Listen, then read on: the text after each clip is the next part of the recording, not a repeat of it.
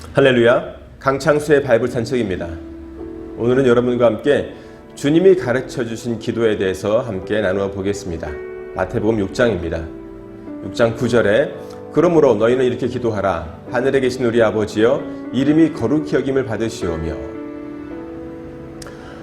우리는 주님이 가르치신 이 기도를 자주 주기도문이라고 합니다. 그래서 주기도문이라 할 때 우리가 어떤 것들을 막 암송하고 천주교나 불교에서 경전을 외우듯 하는 그런 느낌이 있어서 주님이 가르치신 기도라고 하는 것이 더 옳지 않을까, 그런 생각을 한번 해봅니다. 이것은 주님이 가르치신 기도는 이거를 그대로 외우라고 하신 것이 아니라 이 내용처럼 기도하라는 것입니다. 이렇게 가르쳐 주신 것이죠. 그래서 샘플이에요. 그래서 주님이 가르치신 기도 또는 주님이 가르치신 기도라고 하는 것이 더 맞지 않을까 생각을 해봅니다.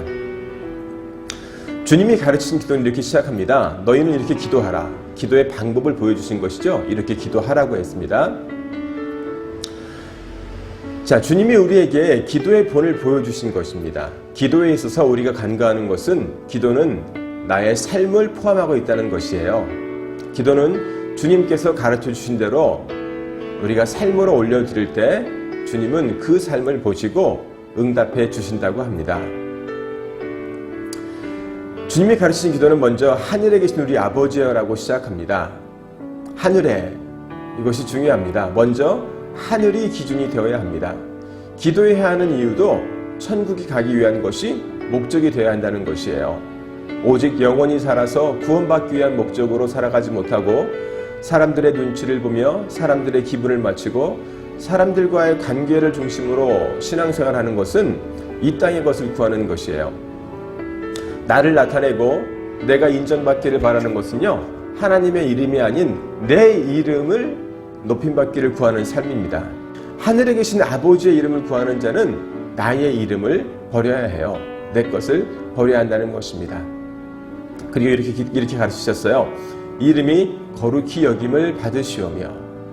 하나님의 나라는 거룩한 나라요, 하나님의 말씀의 법으로 운영되는 곳이기에 하나님 나라의 법을 알지 못하고 지키지 못하면 하나님 나라의 법의 보호를 받을 수 없고 천국에 갈 수 없습니다. 하늘에 계신 아버지가 나의 아버지가 되기 위해서는 첫째, 하나님 아버지의 말씀을 명령으로 받아 하나님 나라의 법을 지켜 행하는 삶을 살아야 합니다. 둘째는 죄를 멀리하고 거룩한 삶으로, 영을 기준으로 천국의 주인 되신 아버지의 통치를 받는 삶으로 하나님의 유전자를 가지는 삶이 되어야 합니다. 그 다음, 나라가 임하옵시며 이렇게 가르치셨어요. 하나님의 나라가 어떻게 하면 나에게 임할까요? 여러분, 하나님은 거룩하신 분이기에 내가 회개하여 죄사함을 받는 것이, 거룩하게 되는 것이 하나님의 나라가 나에게 임하는 것입니다. 그리고 뜻이 하늘에서 이룬 것 같이 땅에서도 이루어지이다. 여러분, 뜻이 하늘에서 이루어졌다는 것은요, 어떤 것일까요? 삼위 하나님의 뜻이 이루어졌다는 것이겠죠. 이것이 무엇일까요? 영혼 구원을 이루기 위한 아버지의 뜻이 이루어졌다는 것입니다. 그렇다면 여러분, 이 하나님의 뜻은 무엇이겠어요? 하나님께서 왜 아담과 하와를 만드셨을까요? 왜 에덴 동산을 만드셨을까요? 하나님은 아담과 하와가 에덴 동산에 거하기 위해서 에덴 동산을 만드셨어요. 즉 여러분, 내 영혼이 구원받는 것이 하나님의 뜻이라는 사실입니다. 뜻이 하늘에서 이룬 것 같이 땅에서도 이루어지이다. 이 하나님의 뜻, 영혼 구원의 뜻이 하늘에서 이루어져서 예수 그리스도가 이 땅에 오셨지요.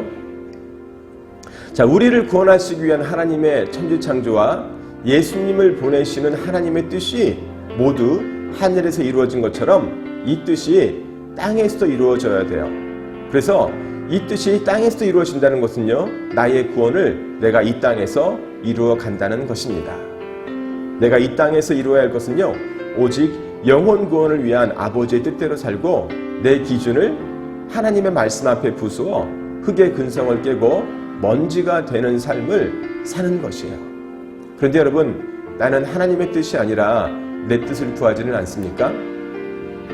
하나님의 뜻을 구하는 저와 여러분이 되었으면 좋겠습니다. 그리고 이렇게 기도합니다. 오늘 우리에게 일용할 양식을 주옵시고. 여러분, 여기서 오늘이 매우 중요합니다. 오늘, 지금이에요. 나의 신앙은요, 날마다 진행되어야 합니다. 어제 내가 신앙생활을 잘했다고 오늘 그것이 유지되는 것이 아니에요. 어제의, 과거에 묻혀 있어서도 안 돼요. 오늘 나의 신앙이, 나의 믿음이 하나님 보시기에 좋아야 합니다.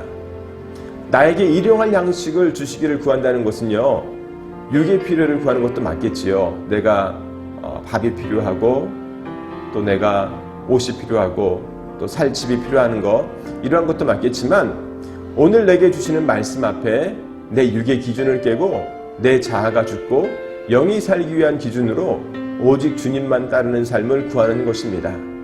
광야에서 하나님께서 만나를 주신 것은 그들에게 육의 필요만을 채운 것은 아니었어요.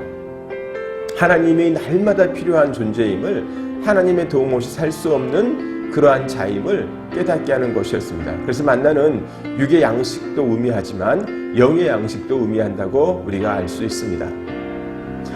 그리고 우리가 우리에게 죄 지은 자를 사하여 준 것 같이 우리 죄를 사하여 주옵시고, 이렇게 기도하라고 했어요.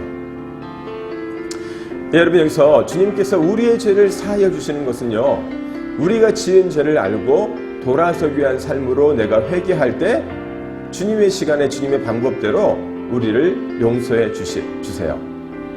즉, 행위책에 기록된 나의 죄가 내가 회개함으로 사라져서 나의 이름이 생명책에 기록되는 것처럼 하나님께서는 우리가 날마다 이 나의 죄를 이 행위책에서 사하기를 구하는 그러한 삶을 살아가라고 하십니다.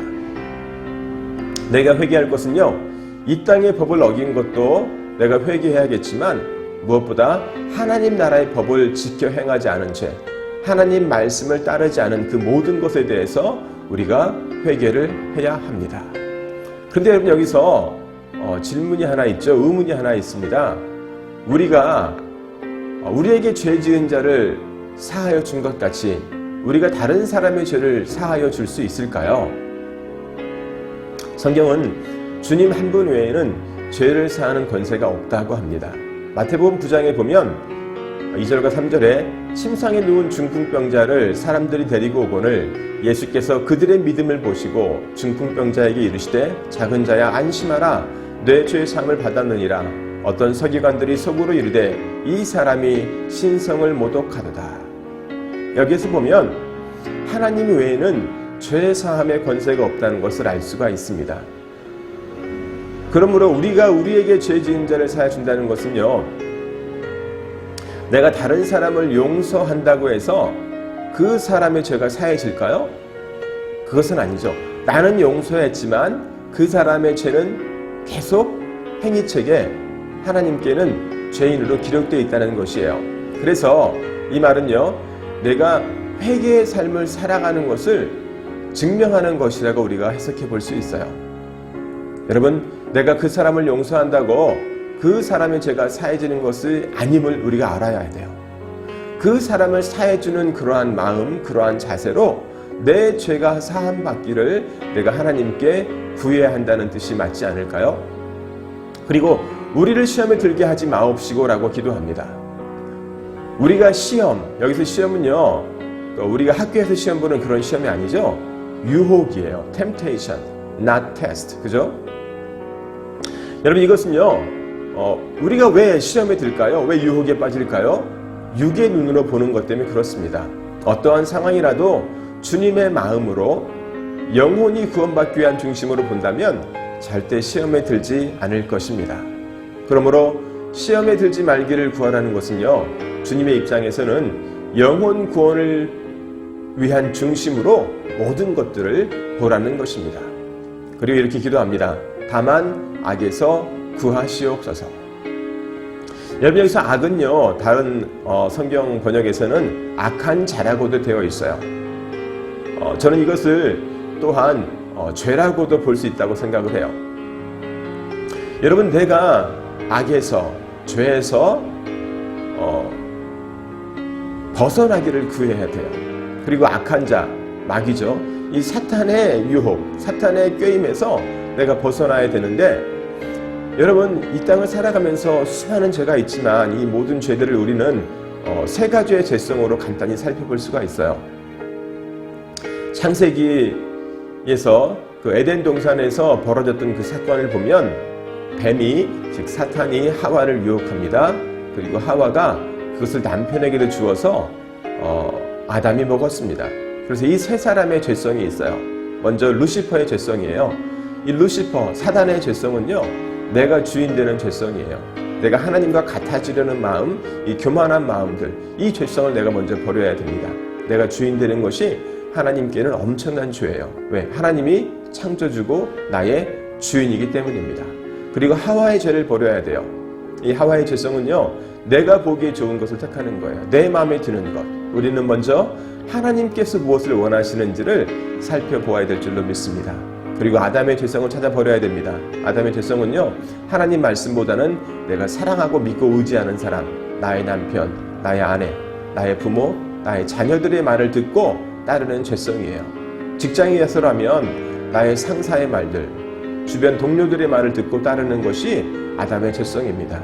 우리는 너무나 쉽게 이런 세 가지의 죄성에 빠집니다. 내가 주인 되는 죄성, 그리고 내가 보기 좋은 것들을 내가 택하는, 그리고 내 주위에 내가 믿는 사람들의 말, 아니면 나에게 영향을 끼치는 그런 사람들의 말을 듣는 이 죄성, 이 악에서 나를 구해달라고 우리는 날마다 기도해야 합니다. 그래서 다만 악에서 구하시옵소서라는 것은요, 이 세 가지의 죄를 내가 짓지 않기 위해서 노력하겠다는 삶의 다짐이라고도 할 수 있습니다. 오늘 우리가 주님이 가르친 기도를 간단히 살펴보았는데, 우리의 삶에서 이러한 마음으로 기도하는 것이 너무너무 중요합니다. 단지 이것을 암송하는 것이 중요한 것이 아니라 이 말씀의 의미가 나의 삶에 이루어지길 위해 기도해야 돼요. 그래서 오늘 말씀을 맺으면서 첫째, 하늘이 기준이 되는 삶, 즉 천국이 기준이 되는 삶을 살기 위해서 우리는 기도하고 노력해야 됩니다. 할렐루야. 두 번째는 하나님의 뜻인 영혼 구원을 위해서 날마다 기도하며 삶으로 영혼 구원을 이루어가기 위해서 최선을 다해야 합니다. 셋째, 거룩하신 하나님의 나라에 들어가기 위해 죄를 회개하는 삶을 살아가며 더 죄를 짓지 않기 위해 삶으로 우리가 기도해야 합니다. 오늘 주님의 가르친 기도가 여러분과 저의 삶에 이루어지기를 간절히 기도하고 축복합니다. 감사합니다. 다음 시간에 뵙겠습니다.